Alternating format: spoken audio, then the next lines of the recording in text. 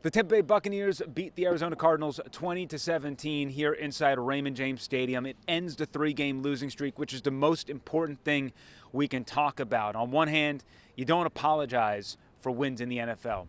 On the other hand, this was not a great performance from Tampa Bay.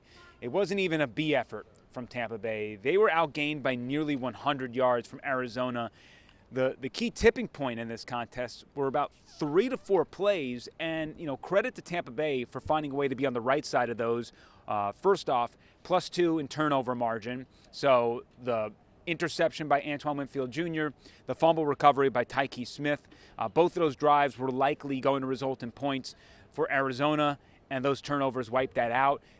2 turnover on downs. There was a huge fourth down stop. That led to a Chase McLaughlin field goal, which I guess won them the game, a deep one of 57 yards, and then the one on the final drive of the contest where Arizona didn't get anything going. And defensively speaking, they had surges in there after the first drive where they just bled yardage and got that interception. Then they started forcing a lot of pressure on Jacoby Brissett. They got a couple of sacks, punts, and you thought that they were going to turn the corner. They only gave up 3 points entering halftime, but there were a lot of things within the margins there that leave fans a little bit strained from this game. And the tackling was just as bad as we have seen it from the team this entire season. And really, all they're missing out there right now is Benjamin Morrison and Kalijah Kancey. Jamel Dean returned. Hassan Reddick returned. That's pretty much what you expected your starting defense to be entering the season. Sans Kancey, and just the tackling was so bad. The rushing defense, they gave up 5 yards per carry. Bam Knight looked like Emmitt Smith out there. And so there were some issues defensively. For a group that gave up 106 points in the last 3 games entering this contest, to only give up 17 is certainly a good feeling. But if they don't fix these issues going up against better opponents, it's hard to imagine that type of effort is going to be good enough against the Seahawks, the Rams, the Bears of the world. You got to play a lot better than that. Offensively speaking, Baker Mayfield did play. So did Ben Bredeson. So did Bucky Irving. We might see Mike Evans and Jalen McMillan here in the near future. Slowly but surely, everyone's starting to get healthier, and Bucky Irving definitely provided a spark for this group. Not necessarily in the box score. You're not going to see anything that wows you, but the touchdown run, that was certainly impressive. He had another score that was wiped off the board. Chris Godwin made some big plays out there, but Godwin and Ibuka both had critical drops that probably resulted around 7 points. They got to play a little bit better. Baker Mayfield playing with that injury.